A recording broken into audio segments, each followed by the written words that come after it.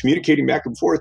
The owners know their theaters better than anybody. This is what they live off of. This is the most important thing in the world, is their business. And I want to make their business succeed no matter what. And we have the product that we can play, and we have the rules that we have to live by. But if we can manage to work around those to make it work, that's the best part that you can possibly do with each of these clients.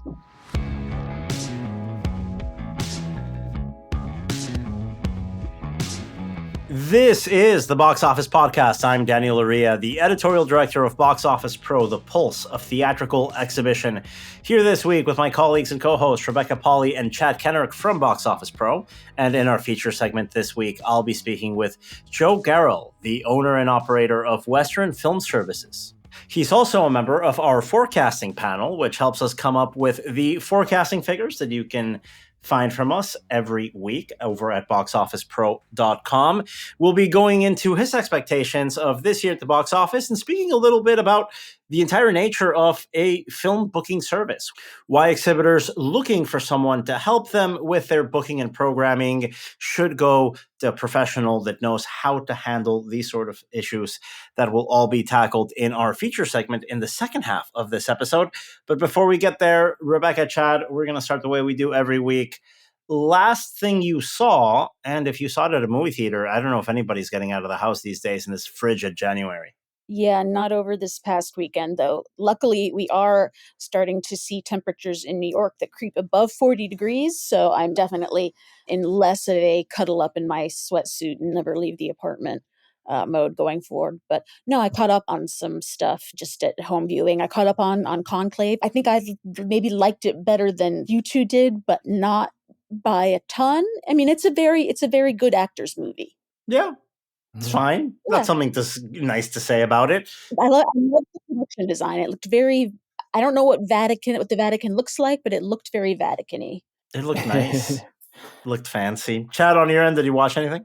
Yeah, I got to take a sneak peek at Companion and talk to the director, Drew Hancock. Really interesting film. I feel like the less you know, the better going into it. Like I almost would not watch the trailer. Ooh. Maybe the teaser trailer. You're piquing my interest. That's coming out this weekend. Yeah, it's coming out this weekend. So I hope that could be a January surprise for a lot of folks. It's a fun watch, and there's more than one twist. So. Oh, nice. Man, that's exactly what I feel I need from the movies. I've been talking about horror. I've been meaning to go check out Steven Soderbergh's Presence, which opened last weekend, but I haven't been able to find the time. It's been really hard getting to the house with a 1.5-year-old running around and having strong opinions on lunchtime and nap time. That's my new thing this week. But let's go into the news segment this week. After we finished recording last week's episode, we finally got to learn the movies that are going to be nominated for the next edition of the Academy Awards. I, for the first time in it feels like decades, guys, have a rooting interest at the Oscars. I might even watch this year's show. I haven't watched in a long time. Let's go over the Best Picture nominations here. From Neon, we've got Anora. From A24, The Brutalist. Searchlight has A Complete Unknown. Then we've got from Focus Features Conclave, Warner Brothers with Dune Part 2. The, now it seems like obligatory at this point, Netflix title nobody's actually seen, being Emilia Pérez for this year. We've got the Brazilian film I'm Still Here, making a surprising inclusion here on the Best Picture list. From Amazon MGM, Nickel Boys, my personal favorite movie of the year.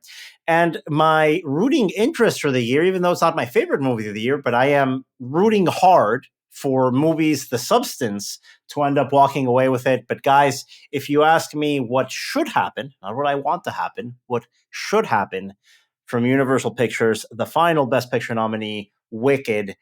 If we look at what the Academy Awards is, what it means to global film culture, as much as I have a rooting interest in this, and I have my favorite movie of the year there, I have a rooting interest movie there. We have friend of the podcast, Sean Baker, with Anora there. We've got Brady Corbett, Best Film nominee, Brady Corbett. Wonderful to say that sentence. I've got so many movies that I'm rooting for, but ultimately, the entire point of this bloated awards show is to get people excited about watching movies, discovering new movies, and having the opportunity to say, I saw that, I'm part of this conversation. With all that being said, if you ask me, it has to be Wicked. Chad, I'm going to pick you to push from that notion rather than agree with me. Is that even possible? Well, I mean, if we look at the trajectory of the history of the Oscars, how often do they pick a film that is a popular blockbuster-esque title? I was surprised that it got 2 acting nominations, which I feel like is indicative of. I mean, the Academy wants Ariana Grande to show up on the red carpet, and that there's sort of there feels like a nice little symbiosis going there. And it would definitely be a feather in the cap for Universal coming into CinemaCon. I mean, we'd have to like roll out a gold carpet for them if Wicked pulls off the best picture win. I'm hoping The Substance, but I was so I wonder if the Academy did the voters who nominated it not watch the last 15 minutes. I want them to have watched the last 15 minutes and have been convinced by the last 15 minutes to put it on that list. I can't complain about a list that looks like this. I've got 5 of my top 15 of the year are in the top 10 nominees from the Academy. I can't give my usual grumpy criticism of this awards show. I'm so happy this diversity of titles is there up for Best Picture. But like I said earlier, that being said, it's going to be really hard to build on this if there's not something for a general global movie-going public to latch onto. Now, that being said, if The Substance wins, I'm going to be ecstatic. I would love for Anora or The Brutalist to win. Clearly, I think Nickel Boys is the best movie of the year. There's a lot of ways this can go right. But again, what's the point of doing this if it's not going to be for building film-going culture and audiences moving forward? Yeah, I mean, they're ditching the original song performance this year, that's always one of my favorite parts. I know it's sort of like you either love it or you hate it, but I guess if they tried to shoehorn in an original Ariana Grande song into Wicked, like they sometimes try to do with movie musicals, and I guess there would be that big splashy moment. Wait till later this year. There's still time. Yeah, there's still time for that to happen. 2 new songs in part 2. Well, there you go. Well, we'll see how that ends up. Now, I think, like we said, this is, I think, a very good, very diverse Best Picture list. In terms of rooting interests beyond Best Picture, guys, is there anything you want to see happen from this awards show? I would like for Demi Moore's acceptance speech. If she wins, I'd like for her to come out in the Cronenberg outfit. That would be something. Last 2 minutes there of The Substance. No, I'm it's always a fun time. I always have the same friend's house that I go to watch it, and it's just eating chips and drinking wine and snarking about people. So that's more so what I care about than who wins. So there are a couple snubs that I'm a little ticked about. Chad, you interviewed Jesse Eisenberg for Real Pain for I think a few issues back, and that that got a lot of nominations. Are you rooting for that one? I would love for him to pick up screenplay. He is against The Substance and The Brutalist. Yeah, I honestly wish that he would have gotten an acting nomination for that. Kieran Culkin's great, but I think Jesse had a more understated, effective performance. I did not love Gladiator 2, but I think Denzel Washington not getting that's what the supporting actor category is for. Yeah, he elevates a genre picture to a level that's watchable. Honestly, without Denzel, do you even have a viable film in Gladiator 2? I don't think there's much there without him. All due respect to Paul Mescal, horribly miscast in that role.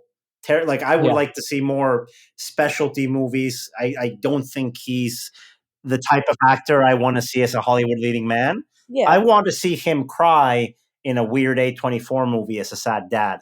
That's where I'm happy with Paul Mescal.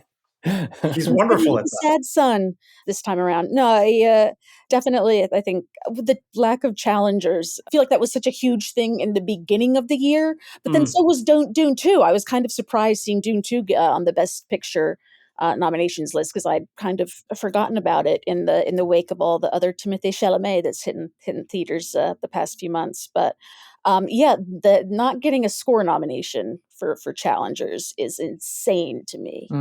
Yeah, I agree with that.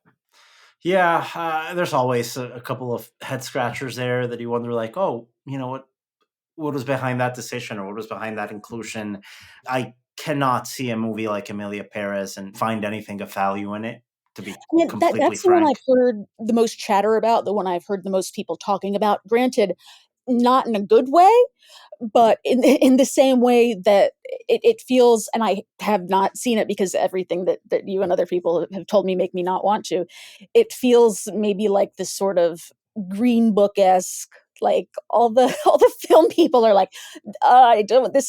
There's no No. way. This is not good. This is bad. No, it's your Netflix cocktail party nomination. You throw enough cocktail parties, we know the impact of that. I have no problem saying it. Really, there should be more people saying it. We know how this works, and we know they throw a good cocktail party. That's it. I mean, I don't know how much more detail we have to go into it, other than I think that'll be the last time we mention that movie's title, even if it ends up winning a number of those nominations moving forward. But listen, that's usually the way it goes with these Academy Awards. It's a great opportunity. It's rarely ever an opportunity that is executed upon properly, I feel, in this industry. But if we can get a lot of excitement over movies that people have seen, if it can generate excitement over movies people hadn't heard of that they might want to see, I come up with the example of my father not knowing what The Substance was when he was watching the Golden Globes. If that can help the visibility of these wonderfully small, weird, difficult movies get seen, great, let's go with that. And we also need a little bit of push on the movies that are coming up. And we've got a very exciting, interesting slate ahead of us in 25 and 26, and a number of release date changes and announcements. Chad, it feels like our friends in distribution were extra active over the last week and a half. Yeah, as much as November's kind of shaping up to be similar to 2024, we're also seeing the same with Christmas because Robert Eggers is back with another monster movie, Werewolf, Christmas Day. It's spelled weirdly. Yes. It's the toddler spelling of werewolf. WERWULF. Yeah. We just had a Wolfman movie. Granted, no one saw it. We've got multiple wolf men. There are wolf peoples all over the graveyard of this concept not working recently at the movies. I love that Nosferatu is going to be $100 million movie domestically. I would have never predicted that. I am so happy that's the case. I don't know, man. Another Universal monster? Are we just doing the whole dark cinematic universe Eggers style over focus features? He's just going to do all of them now. I mean, it's apparently based set in the 13th century. It's another historical. I mean, he knows how to do historical horror. Yeah, I don't know. All I can think of is did any of you watch Mystery Science Theater 3000 back in the day? Big fan. Yes. I remember the movie. It was, I don't know if it was titled Werewolf or it was this. The lady kept saying Warwolf. Warwolf. All I can think of when I read this title, which I can't imagine is what they intended over at Focus, but I'm definitely, of the Robert Eggers' Nosferatu's been my least favorite of his, so I'm cautiously optimistic. I mean, listen, you just made almost $100 million for Focus Features on a property like Nosferatu. Dude, you can ask for anything. You can do anything you want at this point. Just go in there and demand something exciting and weird. You're giving me another Universal adjacent property. He started off with like a colonial era America, like with period accurate language. Like, you already had Focus back a Viking movie. It was born on like taking risks, and this just feels like not that, but we know nothing about it really other than the title. So yeah, maybe we're being unfair to. Oh no, we are being unfair to it. I look at Eggers and I look at a guy that made a weird movie I didn't like The Lighthouse. That I'm like, man, this was refreshing after something like The Witch to go in and give me that. And after that, what came next? A movie that the last 20 to 30 minutes is set between two naked buff dudes having a sword fight on a volcano. I'm in for that. That's weird as hell. And then after that, sure, go for Nosferatu. It was quite good. I'm glad it was a financial success, but Werewolf just seems like the sort of movie on a concept level, being very unfair, not knowing anything behind it. It just seems like something that was always going to be there for him. I think that movie would have always been on the table. knowing how difficult it is for directors to raise money for films, I was just really hoping, crossing my fingers for something that was going to be a little bit different from this. But listen, enough of that. We're being horribly unfair to a film that we just know nothing beyond the announcement. There's a lot more announcements, and a lot more to go over, Chad. What else do we have coming up for us in the coming weeks? Children and Bone, the young adult dystopian series, is being adapted by Gina Prince Bythewood, and that's coming out January 15th, 2027. And that movie's coming out from Paramount. It'll also have an IMAX release on January 15, 2027. So I have to wait a little bit for that one. But as I understand it, Chad, this is an extremely popular book series. Yeah, my wife loves the books and literally devoured them and couldn't wait for this third one that just came out, I think, last year. So I think it could have a strong fan base. The YA fantasy, the genre lives. Yeah. Definitely like that. Well, no, that was more YA dystopia era of Hunger Games, and maybe they'll finally finish the Divergent franchise. Well, talking about book adaptations, Paramount's got another one coming out on October 24th of 2025 of this year, Regretting You. That is, if I'm not mistaken, another Colleen Hoover adaptation. Yeah, that is from Colleen Hoover, who wrote the original book from It Ends With Us, which came out starring Blake Lively earlier this year. I mean, she's a crazily popular author. I'm going to be honest here. I'm not really familiar with how It Ends With Us did. I feel like it was one that never made headlines, but it's making headlines now. It definitely is. Now. We're still talking about it all these months later, but no, in defense to the movie itself, I think it was one of those sleeper hits of last year. Opened to a successful 50 million, ended up running out to like 148 domestic. This was a really good result from this movie. Hopefully we can get some of that magic back with this other adaptation from Paramount coming up in October of this year. And then a little bit farther down the calendar, Warner Brothers announced an animated adaptation of Dr. Seuss's final book, Oh, the Places You'll Go.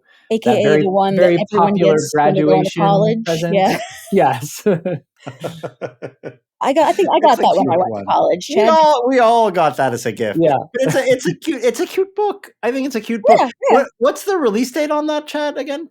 That's coming out March 17th of 2028. So we got to wait a while for that one. But J.J. Abrams producing and John M. Chu directing.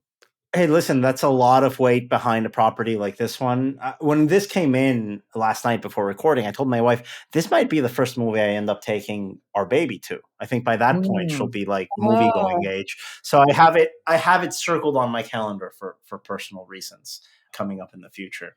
On the closer side of things, let's take a look at some of these specialty outfits. We've got A24 announcing a couple of titles coming up on April 11th.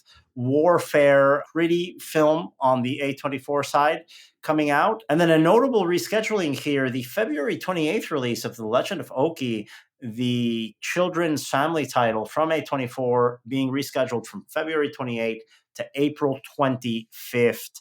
As I understand, according to reporting from Deadline, the filmmaker's house burned down during the fires. I don't know how much that influenced.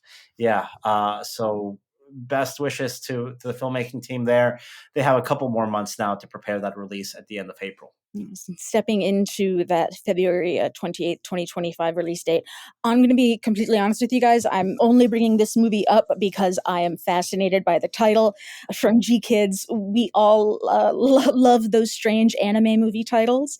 It is Mobile Suit Gundam, capital G, capital Q, 1, 2, 3, 6 lowercase u's, capital X, space, N dash beginning, another N dash. I don't know how you pronounce that last half of the title, but if there are, I'd be curious to know how I'm supposed to pronounce that.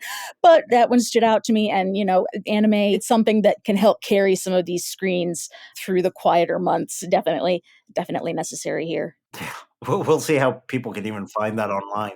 But listen, anime fans. It's anime fans. Yeah, no, they've got a dedicated audience. They're good. Elsewhere here on the A24 side, at the end of March, on March 28th, an announcement of South by Southwest titled Death the Unicorn comedy coming out from the studio.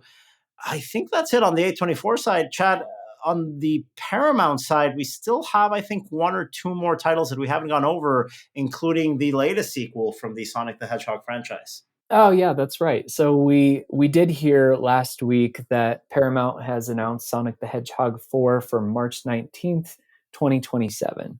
Nice. So changing up that Q4 release date from the third one, obviously. So a little bit of a switch up here. We know that Sonic 3 came out in December of last year. They're going now with a March release in 2020. They're going for a March release in 2027. And Rebecca, I know that some of the prior films in the franchise had a release in that corridor.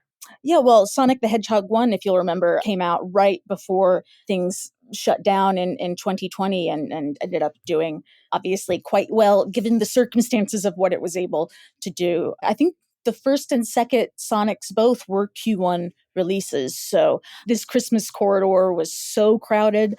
I can't blame anyone for maybe wanting to get out of the scrum a little bit on that one and maybe shift things later on down the line when the schedule firms up a bit. But yeah, that's definitely, it's turned into a big franchise for Paramount. In terms of franchises from Paramount, I'm just excited that the Scary Movie franchise is coming back, though I'm curious.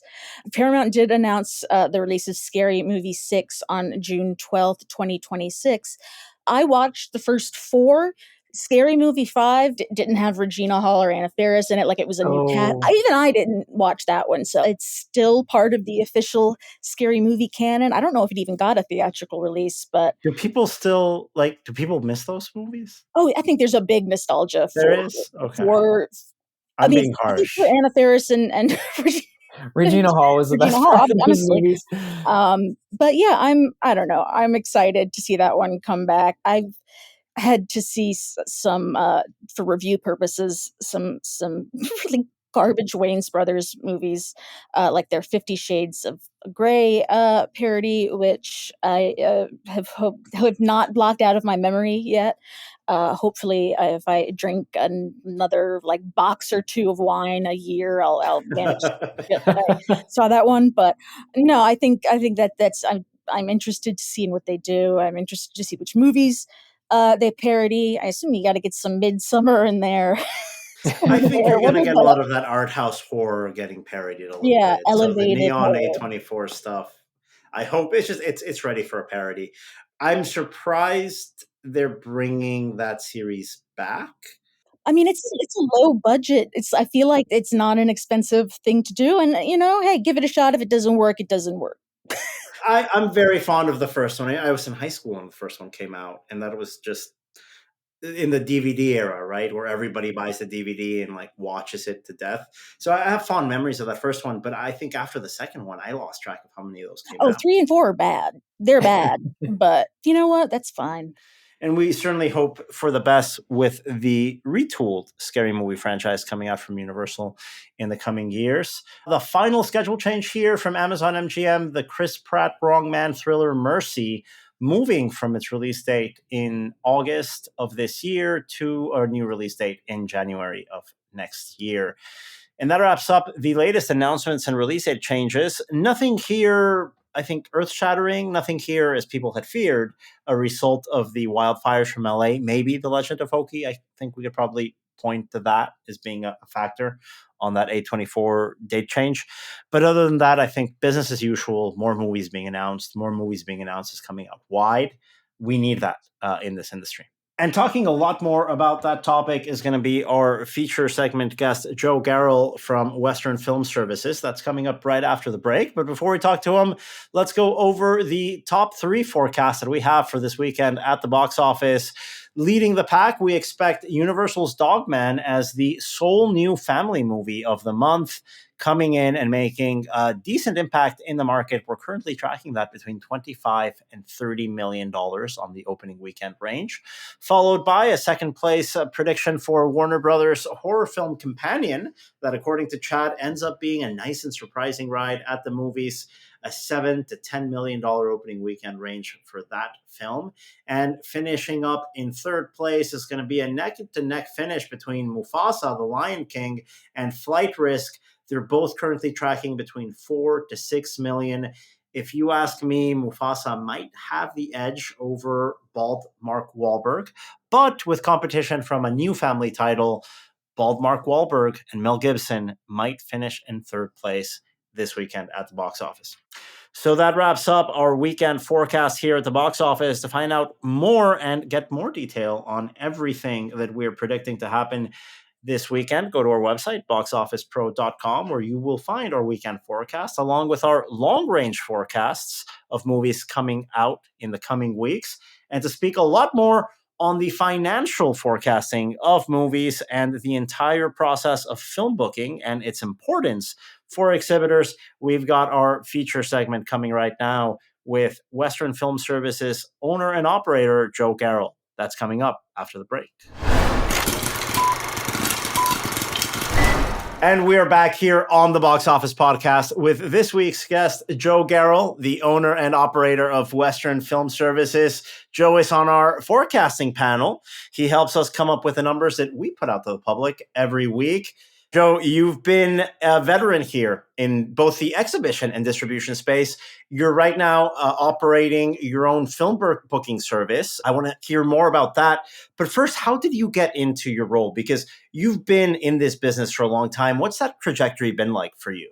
I started at 16 years old working at Edwards Valencia, the old one in California, and was an usher and worked my way up to what I'm doing today. But I'm a fourth generation in the business. Great grandfather had Nickelodeons in South Dakota. Grandfather had theaters throughout South Dakota and Colorado and Nebraska. And then my dad worked for the studios, and my grandfather, and then me. I got into distribution in my early 20s and started international distribution, and worked into domestic with marketing, and worked for Sony with Anna Elizabeth Karate, who I love to death, and did in-theater marketing for a little bit. And then I went to MGM, where I learned sales and did the Midwest and the South regions of the U.S. And then I left there, went to Weinstein Company, and I look at that as boot camp, and sold best pictures of the year, sold best foreign films, sold, the worst films, sold $100 million films, but I learned the inside workings of distribution at the ground level and worked my way up to vice president. And from there, I went to Cinépolis, where I was head film buyer for 10 years.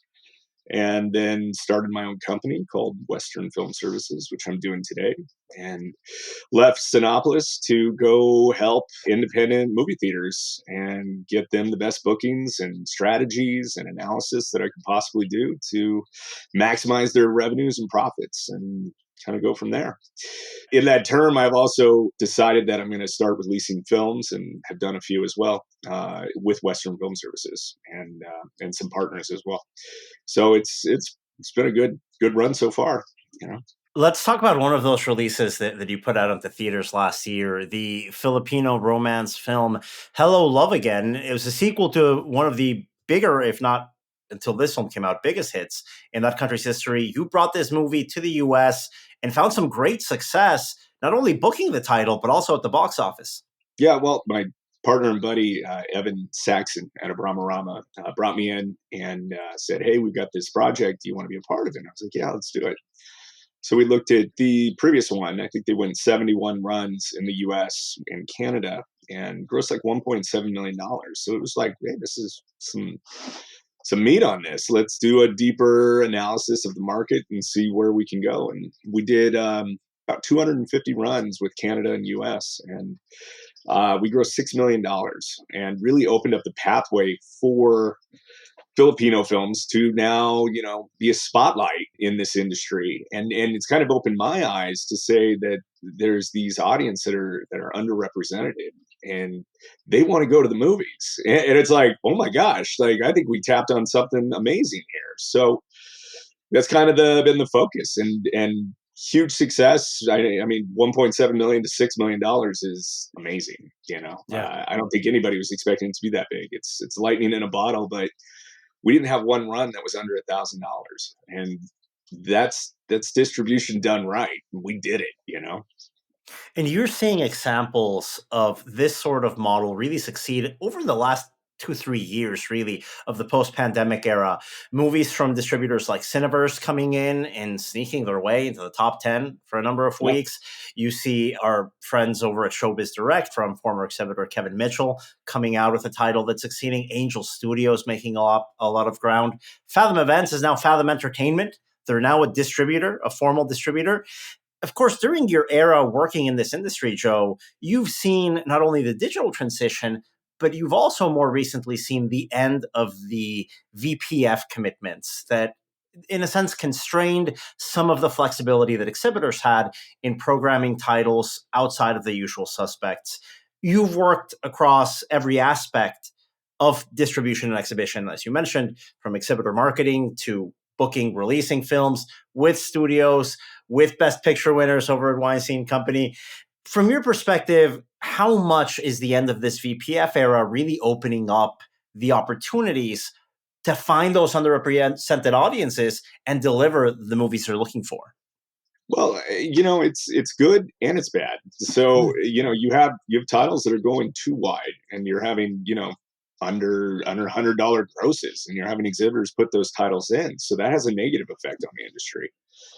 What I think is it's opening the doorway to filmmakers to get into a theatrical run, but it needs to be guided by experts who know how and where to program those specific theaters. A lot of producers don't have a conversation with distribution in the beginning, meaning like when they're filming the film and when they're making the production budgets and when they're putting all the process together. It's like they spend all this money on this business called film, and they put up $10 million into it. But in a lot of cases, they don't have any plan afterwards of what they're going to do with the product to make their money back. And it's like they come to these distributors to say, hey, okay, we want to go out.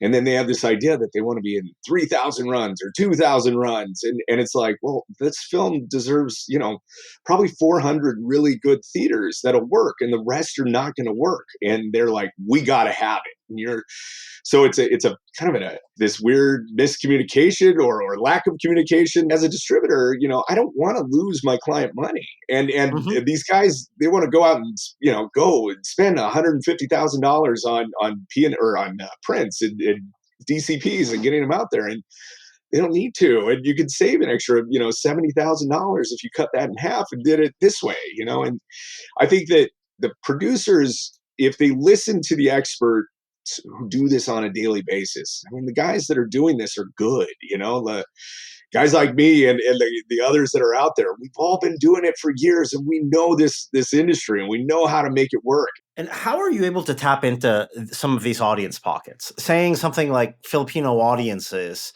it sounds interesting, but unless you have the data to back it up, you're going to be looking at a map of locations in the United States and have a real hard time finding where to select those fronts. How did you or which tools did you use to be able to pinpoint that audience space and really succeed with Hello, Love Again? I mean, the internet is filled with this data. And so I just started diving in and going into, ComScore and looking at certain films that worked and locations that worked, and then took that elsewhere and went to, other sites, government sites, and looked up community sites and all these different things to come up with a master plan that works. Plus, also listening to the community out there. You're getting feedback from the customers. Hey, we want to watch it in this location. We want to watch it in that location. So listening to that and then following those leads to understand there is a little bubble of audience that lives in this remote town in the middle of nowhere. They do want to see this film, and that could produce, 200 admits into your theater, and bam, it works. It was, luckily we had 2 stars in that film, the Filipino film, that have like 20 million followers on social media. These guys are like the Tom Cruises and Jennifer Lawrences of the world, the biggest and best and of the Filipino world. And sure enough, everybody that is in the Filipino community knew about this movie and knew that this was coming. So it was like their version of Star Wars, So I can't take all the credit. All I can say is putting this plan and then explaining it to exhibition that this is going to work, and here's the model that you have to follow to make it work, and what I suggest doing, and giving them insight and giving them the analysis and showing them the box office, and convincing them that take a risk. There's opportunity here. But what's great about it is how many like people showed up to their theater that have not been to their theater before? I mean, like, this community doesn't go to the movies a whole lot, especially the older audience. Right. And they showed up and they went. Now they might come back and watch a bigger title, and you want to get that 10%, 15% of people that stop going to the movies back. You got to give them these random little nuggets that surprise them and show good filmmaking, and show them that this is, beyond just the biggest blockbusters in the world, that it's art. It's also community building from the exhibitor, I think, as you mentioned, understanding if you've got a pocket of a population close to you, make sure you cater to them, and make sure that you market to them, and tell them, hey, this is your place too. You can also watch Captain America here come February, but we're going to bring you your programming that you're looking for as well. Absolutely. Totally. I mean, you're seeing it with the Indian product. I mean, you have Indian films breaking the top 10, several times a year, and those people want to go see movies. And this is great. I mean, more the merrier is what I say, but keep it up. That's what I want. So let's talk about the year as a whole. In our forecasting panel, we've got members from the premium large format community, exhibition, film booking is yourself. We've got some distributors on there. And they all gave us different numbers on where they were expecting 2025 to be. And we got some preview numbers on where they're looking at 26. At this point, we published a range between 9.3 and 9.7 billion domestically, based on all the responses we got from our panel. For you personally, where do you think 2025 will end up here in North America? I've got it in that range as well. It's about 9.5 to 9.6 is what I'm hoping. It's an increase of about 8 to 9% year over year. We're still not going to hit the 2019 numbers, but we're inching our way up to that level. And I think that it'll take probably 2 to 3 more years that we get to that level again. We just need more product. And that's the biggest issue that we face, is we're still down 20 titles. We need those extra 20, 60 to $70 million films to pop in there and deliver. And once we get it, and once the studios are healthy again, and everything's looking in that direction, we should be good. I'm hoping for, little studios to open up, the Solstices, the STXs, those types of studios that went away. We want those types of studios to come in, and hopefully we'll see new money, coming in, and people wanting to do that. That's the pendulum that we always discuss, a pendulum in this business. Right now it's big blockbusters and major studios, and right now it's kind of swinging back towards that independent sector. And we could see the revival of, like the art scene and the art houses that have struggled so hard since the pandemic. And once we get that product back, everybody's going to be doing good again. But if you just hang on and you get through it, you'll survive, and it will be survival of the fittest here. And if you do, it could be really good for everybody going forward. But we just had to get through those last 2 years. Now we're in a good year, and we'll get into a better year and a better after that. And a lot of people, when you say 9.5 to 9.6, will hear one of two things. They'll hear either this is the highest benchmark yet of the post-pandemic recovery for exhibition, or they will hear, oh, another $9 billion a year? Another one? How are you going to make it work? Now, of course, I think we have to take the macro vision here, that it's not just one year that's going to make or break the industry. It's about momentum. It's about having an uninterrupted production pipeline, which, by the way, because of the strikes, we had another curveball in being able to have dependable release dates very recently. But looking a little bit ahead, Joe, we right now, on a way too early basis, looking at 26, we don't think we're going to hit 11 billion in 26 based on the responses we got from our panel. I think right now, very early on, we've got a range between 10 to 10.5 billion. I don't know if that's still going to stick at that juncture once we get more releases coming in and once we see that picture fill out. What's your expectation, way too early, understanding that, of 2026? I haven't gone into a deep analysis of 26, but the film announcements you're seeing are bigger and better titles, and you're seeing more of those titles. And I think that we're going to kind of shift towards more original content with studios, and I think that that'll be a positive as far as the theater going community goes. So I don't think we're going to fix the industry in a year. I don't think it's going to happen. I mean, we got to stop comparing ourselves to 2019. We're in a different world now. I mean, the amount of theaters we have, I mean, we're closing theaters on a regular basis every week in the United States, and it's because we're oversaturated. We have too many theaters in some cases. So these, dilapidated old buildings need millions of dollars in renovation to fix. It's just not worth it. You'll never see the recoup of your investment on those. So as those start to close, the buildings that exist and the buildings that survive will be more important buildings. They'll be better buildings, stronger buildings.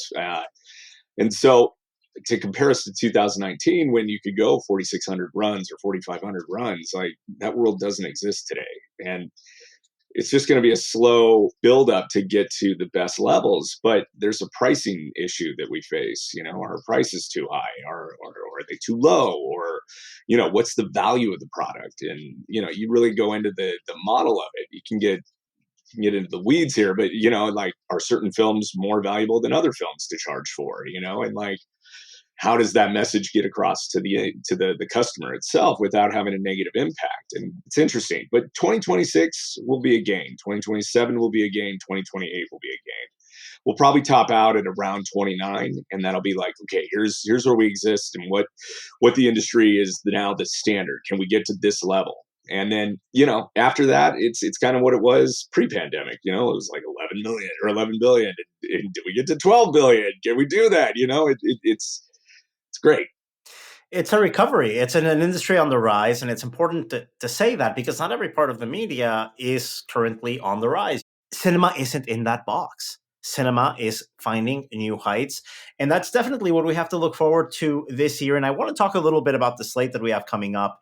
You mentioned a second ago that you do think, starting in 26, a lot of the studios are going to be looking at either new franchises or original films to replenish some of the series and some of the connection they have with audiences. I feel we're a little bit of an in-between phase right now. You're seeing it with the Warner Brothers DC Comics reboot this summer, obviously Superman being part of that. But then you've got other big superhero tentpoles, in this case, Marvel, kind of trying to figure it out. Marvel had a good year with one release last year, but I'm not sure if we can call that part of a trend. I think Deadpool and Wolverine very much exists in its own little classification. Right now, the big movie of February is going to be Captain America, Brave New World. Pre-sales have already started. What I'm hearing from folks in our panel is that performance might be closer to something like Shang-Chi or Eternals than, let's say, Avengers. Is that fair to say? What do you think right now as we look forward to a retooling of the Captain America titles? Yeah, I think that's pretty accurate. What you just said is the retooling aspect of it, and how much fatigue has occurred because of all the other product that's hit the marketplace. And are we done with super Marvel hero or superheroes? No, we're not. Like, we're going to see them. They're going to be here. It's part of our culture. Comic books have been around for forever, and there's tons of great stories in those comic books that need to be told. And we'll see, Captain America come out. What I like that Disney is doing, and they're doing a great job at it, is they're making this Captain America and the marketing kind of about an action film. And it looks like a great, fun action film versus a comic book movie. Now, it is a comic book movie. And we all know that it's, the new Captain America, and everybody's expecting it to be, connected to the whole Marvel universe. But when they introduce Red Hulk and he's like crashing through the screen, and like the action you're seeing on it, and it's a fast-paced cut trailer, and it looks fantastic. I think you're tapping into the action community, and this could just be a great action film. And if you weigh it against other action films, this could be the highest grossing action film ever made. I mean, it's really the perspective that you look at it as. And if you're comparing it to Avengers, it's not Avengers, and it's Right. not Deadpool. This is them trying to create a new version of a character that people are already familiar with. So I like it. I think it's going to be different, and I'm looking forward to seeing the film. I like action films. I think they're fun. So, I'm sorry, I've been kind of beating around the bush here, but it's just going to go through a new phase, and you're going to see new characters. You're going to see old characters reinvented. And I think it's just part of those big blockbuster movies that we're all kind of used to. Is it fair to have similar expectations with the other two Marvel movies that are coming out this year? Thunderbolts coming out, I believe, in May, and then you've got Fantastic Four in July. Is that $70 to $85 million opening weekend range a fair sort of benchmark? Before we get more tracking data, of course. But is that a more realistic way to approach these movies instead of saying you need to open at 100 plus? I mean, I think that looking at it this far out, I think that the 100 opening is like that benchmark. You want to get to that. If it's still $75 to $85 million, that's a fantastic opening. How many movies are opening to that right now? Well, in the first quarter, I don't think anything else will. Maybe exactly. Snow White, right? Maybe Snow White at the end of March. What's interesting is you're seeing them leg out. I mean, like Moana doing $400+ million. That's amazing. Joe, look at something like Mufasa. Everybody was ready to write off Mufasa after opening weekend. It didn't end up being the case. It's still legging out, overperforming either in number one or number two, into late January. Totally. I mean, these films are, people are going, and they're going again and again. We need more of them. We need more studios to produce big titles that work. We need more little studios that produce little hits. We need all of that. We just need more titles. Well, if I look at the span between, let's say, Memorial Day weekend to mid-August, I look at that span. Each one of those weekends has at least one wide release with a potential of hitting $75 million plus domestic.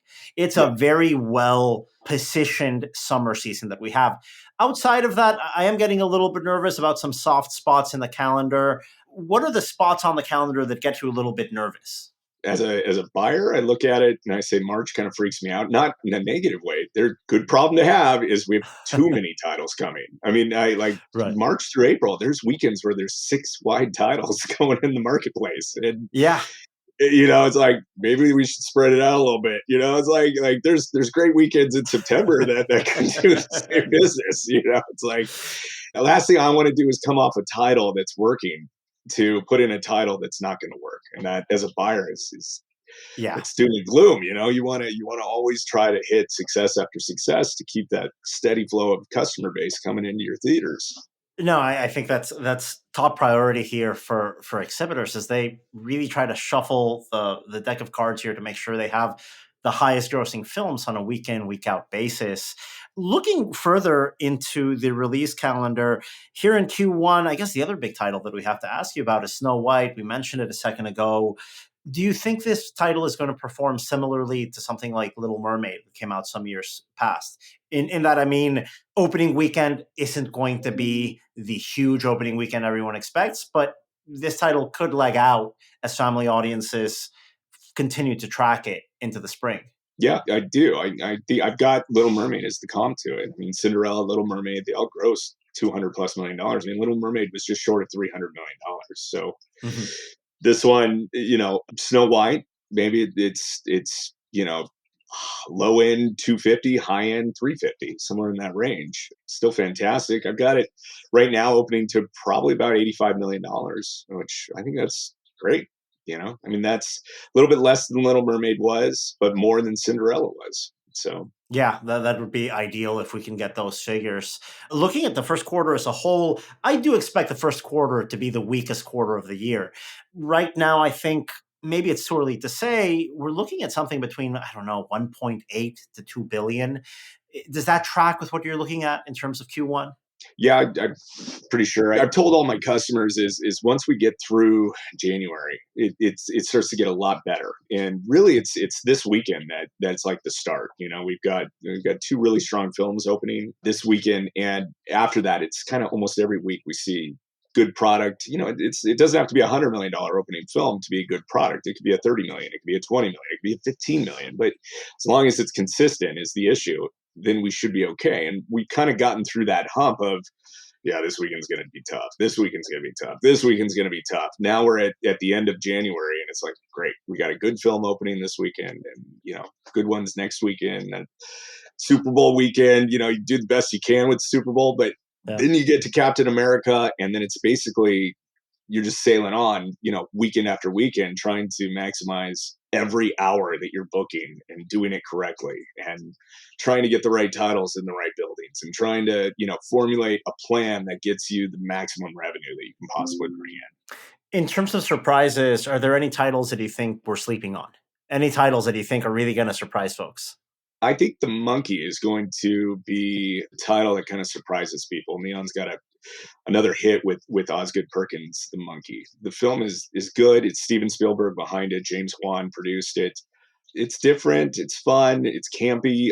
I think it's very entertaining if you like that genre. I mean, it does get a little gory at times. So smaller town USA is probably going to struggle with it, but I mean, there's definitely an audience that likes that stuff, and they're going to the movies pretty regularly. And so good on them. I also think that A24 is going to ultimately stand out better this year than ever before. I mean, they're stacked. They have like 16 wide titles coming towards I was about this. to say, I was looking at the release calendar of A24. Yeah. I can't remember them All of being them are this busy unique. before.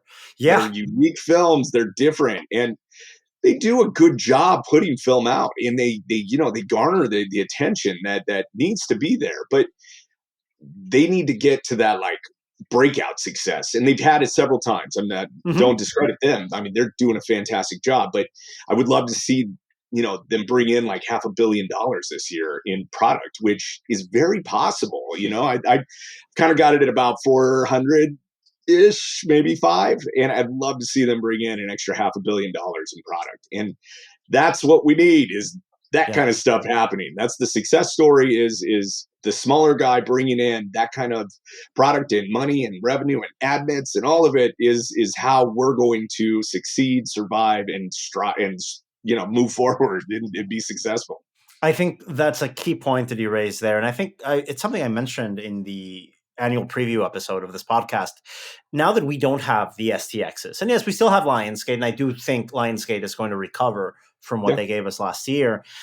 But this is the year where A24 and Neon have to act more like mid-majors rather than the specialty niche that they've been in the past. And I think they are. I think they will be.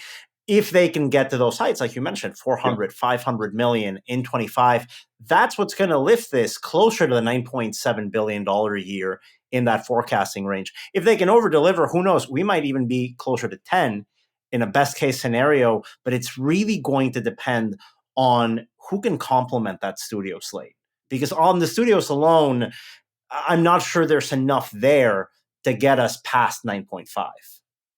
Yeah, I mean, we're seeing lesser titles from the major studios that would put out, 20 titles a year. They're putting out half of that right now. And one studio's gone, right? Like in the pre-pandemic era, we keep on doing those comparisons. 18 titles a year we lost because of that studio not being there. I mean, yeah, we need more product to come. Right now that you are working as a film booker, you're buying films for a number of clients here in exhibition, and you've done this for one of the world's biggest circuits in the past. And of course, you've been on the sell side as well with some of the biggest and most well-known specialty outfits. For clients trying to understand what the dynamic with a film booker is like, what are some success stories that you can point to on what that relationship looks like to be successful? With the clients, you work with them individually. Every theater is different. Not one theater is the same as the other theaters. To communicate with the clients on a weekly basis, here's what's coming, what do you think, and what do you feel you want to play, and who do you want to reach, and all those different kind of questions are being asked. But you start putting the analysis into, this film's going to be the number one film of the weekend. This certain theater has, a certain demographic. Let's say it's a Black audience. There's a Black film coming that nobody's really, it's not on their radar, but we haven't seen a lot of that product coming in a long time. Let's put it in. And sure enough, it hits and you get a home run out of it, a $20,000 gross, and number one in the country. We've had that several times, with my guys, and to work with each exhibitor and to strategize, like for example, the Filipino audience. There's you've never tried it. Let's give it a shot. And here's why. And you kind of lay out the demographics of the area and you say your competitor has grossed this on this particular film. I think that you can really tap into that audience and bring them to your theater if done right. Now, working with the marketing teams at each of the theaters is also something I like to do. And like one of my clients does a fantastic job tapping into these communities.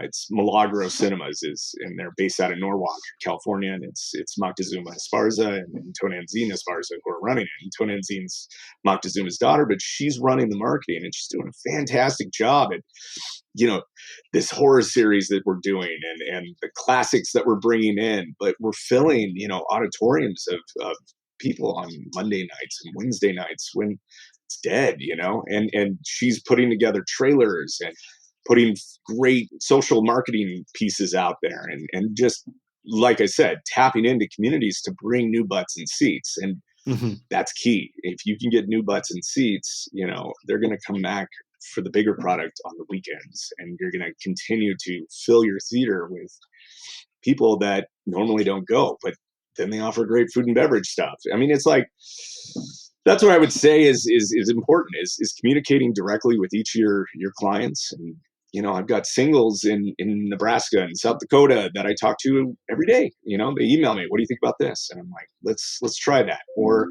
I send them a list and I say, what do you think? Here's what I'm thinking. And we communicating back and forth. The owners know their theaters better than anybody. This is what they live off of. This is the most important thing in the world, is their business. And I want to make their business succeed no matter what. And we have the product that we can play and we have the rules that we have to live by. But if we can manage to work around those to make it work, that's the best part that you can possibly do with each of these clients. It's really about matching the right film with the right demographics, and the theaters really do the rest. Yeah, I mean, there's certain types of booking that, I just got to play the first run title and that's it. I think that you roll up your sleeves, get your elbows greased up and get going and start looking at the analysis, and you might make more out of it than just the first run product that's there. I mean, I'm not saying just classics, but independent and foreign and all these different levels of complexity that you can bring to your theaters. And trying as a buyer to go see every movie you could possibly see is so important, because like this film's going to work, this film's not going to work. And that's something I do on a weekly basis. I watch every movie out there. I get sent, the screeners, I watch them. I look at the worst movies in the world and I look at the best movies in the world. I'm telling you, like, you start to kind of understand the thread, the texture of the films that are coming at you. And then you kind of weave this pattern of, this is the success path of, for this theater, and this is the success path for that theater. And that's how it's done. Well, Joe, thank you so much. For our listeners that want to learn more about Western Film Services, how can they get in contact with you? How can they reach you? Yeah, email is Joe Garel, JoeGarel @westernfilmservices.com. They can hit me up anytime. I'm on Facebook and on the internet. And a big thank you to Joe for joining us here on the Box Office Podcast. Earlier, you heard from my colleagues, Chad Kennerk and Rebecca Pahle. The Box Office Podcast will be back next week with another new episode, so don't forget to subscribe. And if you like what we're doing, please go in, drop a rating. It helps us move up the charts and continue doing what we do here on a weekly basis. On behalf of everyone involved on the Box Office Podcast, thank you for listening. We'll talk to you again next week.